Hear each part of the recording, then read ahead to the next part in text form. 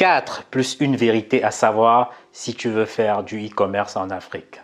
Pourquoi est-ce que je fais cette vidéo? C'est parce que beaucoup de gens m'ont dit, Bertrand, écoute, j'ai envie de faire du e-commerce, mais plutôt du côté de l'Afrique francophone. Donc, si c'est vraiment ton cas, écoute parfaitement cette vidéo jusqu'au bout parce qu'il y a des éléments super importants que tu dois prendre en compte avant de te lancer définitivement.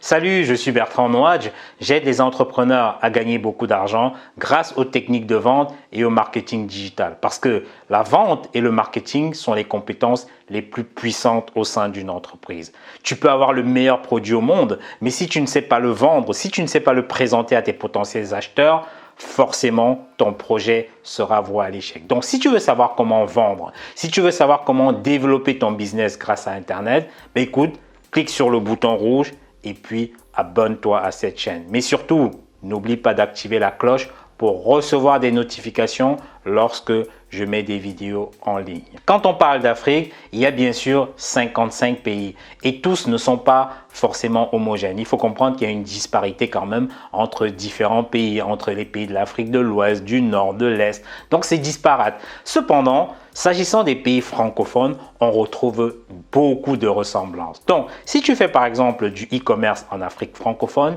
il y a des éléments que tu dois prendre en compte pour éviter d'être surpris. Et donc, la première vérité à savoir quand tu fais du e-commerce en Afrique, c'est la méfiance des consommateurs. Parce que le consommateur est extrêmement méfiant quand il s'agit de tout ce qui vient d'Internet. Parce que l'histoire des brouteurs n'a pas arrangé les choses. C'est quoi les brouteurs? Tu sais, c'est ces personnes qui font de l'arnaque sur Internet. Et aussi l'histoire de ces bandits qui essayent d'arnaquer les gens par SMS n'arrange pas les choses. Donc, ce qui fait que la majorité des personnes que tu verras en Afrique ont déjà été victimes d'arnaques, que ce soit sur Internet ou bien hors Internet. Et comme on dit, d'ailleurs il y a un adage qui le dit, c'est que quand tu t'es déjà fait mordre par le serpent, tu te méfies finalement du ver de terre.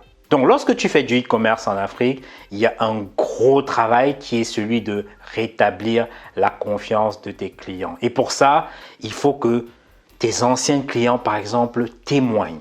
Parce que c'est très important les témoignages. Il faut que tu montres des preuves que ton produit ou ton service fait vraiment ce que tu décris dans tes articles. Il faut que tu permettes par exemple à tes clients de venir toucher la marchandise. Il faut que tu aies une ligne téléphonique ou WhatsApp où par exemple les clients peuvent appeler pour poser des questions.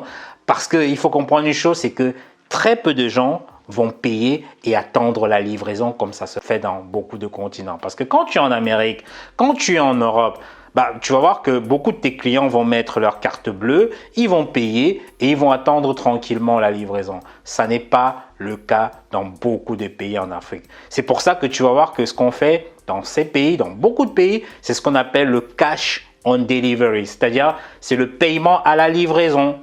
Donc le paiement à la livraison, c'est que le livreur vient avec la marchandise, tu le payes sur place, souvent en cash, et puis tu récupères ta marchandise. C'est comme ça que ça se passe généralement dans beaucoup de pays africains. Mais le souci est que toi, le e-commerçant, toi qui es le businessman, généralement, tu vas recevoir une commande, tu vas emballer la marchandise, tu fais tout, tu envoies un coursier pour aller livrer et le supposé client finalement te dit que non, il n'en a plus besoin. Ou bien il te dit que non, il était juste en train de tester le service.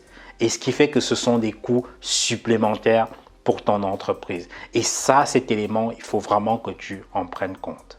La deuxième vérité à savoir quand tu fais du e-commerce en Afrique, c'est la concurrence déloyale. Parce que beaucoup de petits acteurs autour sont susceptibles de faire plomber ton business. Et de quelle manière est-ce qu'ils vont faire plomber ton business? C'est que souvent, ils prennent des raccourcis. Il y en a beaucoup qui ne payent pas des taxes. Or, toi, tu es là, tu as une entreprise immatriculée, régulière, tu vas payer la TVA, tu vas payer la douane, tu vas payer le transport, etc. Tandis que tu as tes concurrents qui, eux, sont dans l'informel et qui ne payent pas grand-chose de tout ça en fait. Donc, ce qui fait qu'ils font passer leurs marchandises souvent, même dans des valises. Et ça, j'en ai vu. J'en ai vu beaucoup de gens qui recense des personnes qui voyagent entre l'Asie et l'Afrique, ou bien entre l'Europe et l'Afrique, et ainsi de suite. Donc, ils recensent des personnes qui voyagent, ils leur donnent des produits qu'ils vont mettre dans leur valise comme des produits personnels, et pourtant, c'est des produits qui sont réservés à la vente, en fait. Et donc, en faisant ça, ils ne déclarent pas, ils ne payent pas les taxes qui sont dues. Et forcément, toi, tu n'es plus compétitif sur le marché à ce moment. Et forcément, ton business se meurt. Ça arrive très très souvent. Et tu te retrouves à avoir des prix beaucoup plus élevés sur ton site internet que sur le marché physique traditionnel. Pourtant, ça devrait être plutôt le contraire parce qu'on estime que si tu mets des articles sur internet, ce sera normalement beaucoup moins cher parce qu'on sait que Internet, tu n'as pas tous ces coûts de structure qui sont par exemple des salaires élevés ou bien des loyers importants à payer. Et il faut noter également une chose, c'est que dans ces pays africains généralement, personne ne va aller sur un site internet, acheter un produit comme un téléphone et attendre sa livraison à la maison, au risque même que le produit ne lui corresponde pas ou bien au risque même que le produit soit en panne. Alors que cette personne peut quasiment se lever, si elle habite Douala, elle peut se lever et elle va par exemple au marché Mokolo acheter son téléphone. Cette personne, si elle habite à Abidjan, elle peut se lever, prendre son taxi et aller acheter son produit au marché d'Adjamé. Ou bien si cette personne elle est à Dakar, elle peut se lever, prendre son taxi et acheter son produit au marché de Sandaga. Donc il faut prendre en compte très au sérieux ce deuxième point qui est la concurrence déloyale. Mais avant que je ne te dévoile le troisième point ou bien la troisième vérité à savoir si tu veux faire du e-commerce en Afrique, écoute mes pauses, clique sur le bouton rouge et puis abonne-toi pour profiter des prochaines vidéos sur ce sujet du e-commerce en Afrique. La troisième vérité à savoir quand tu fais du e-commerce en Afrique, c'est le problème du transport. Déjà, il faut remarquer que le transport à l'intérieur du continent est même beaucoup plus coûteux que le transport intercontinental, c'est-à-dire entre différents concluants.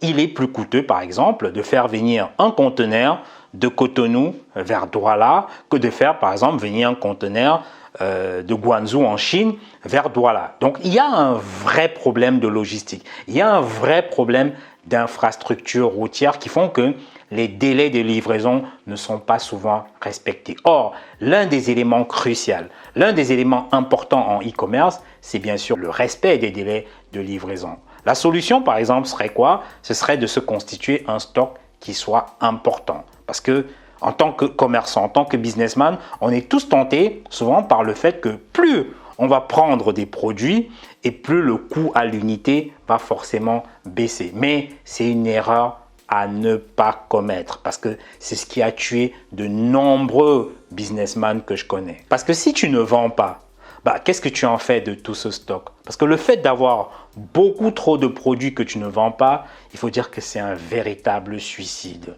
Et en commerce, on sait que cash is king. Parce que quand tu ne vends pas, tu es assis sur du cash.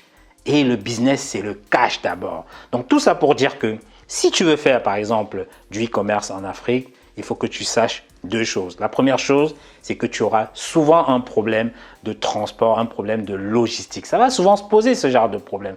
Donc, tu auras du mal quelquefois à respecter les délais de livraison que tu auras promis à tes clients. Et puis, la deuxième chose, sache que faire venir de la marchandise, que ce soit de Chine, que ce soit de Turquie, te permettra de respecter mieux tes délais que si tu faisais venir la marchandise souvent dans un pays frontalier africain. Donc, tout ce que je te dis là, ce sont vraiment des infos, des astuces utiles pour t'empêcher, toi le commerçant, toi l'entrepreneur, de ne pas perdre de l'argent bêtement. La quatrième vérité à savoir quand tu fais du e-commerce en Afrique, c'est le marchandage. Parce que le client en Afrique a toujours ce besoin de marchander.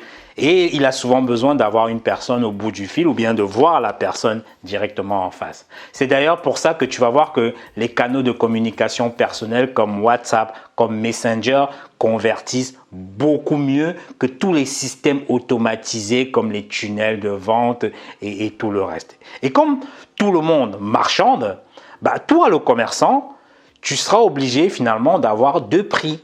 Il faut que tu aies un prix avant marchandage et que tu aies un prix après marchandage, c'est-à-dire que le prix auquel tu ne peux pas descendre en dessous. Donc, c'est vraiment une réalité, il faut faire avec.